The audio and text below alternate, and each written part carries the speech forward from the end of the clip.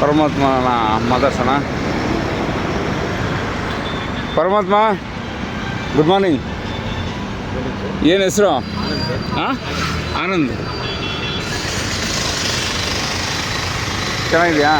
ಹಾಂ ಹಾಂ, 2600 ಮೂರ್ತಿ ಮಾಡಿದ್ದೀನಿ ನಾನು. ಎಲ್ಲಿರೋದು ನೀವು?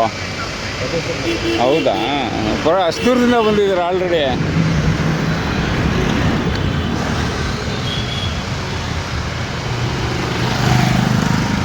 ಇಬ್ಬರನ್ನ ಹಾಕ್ಬಿಟ್ಟಿದ್ದೀರಾ?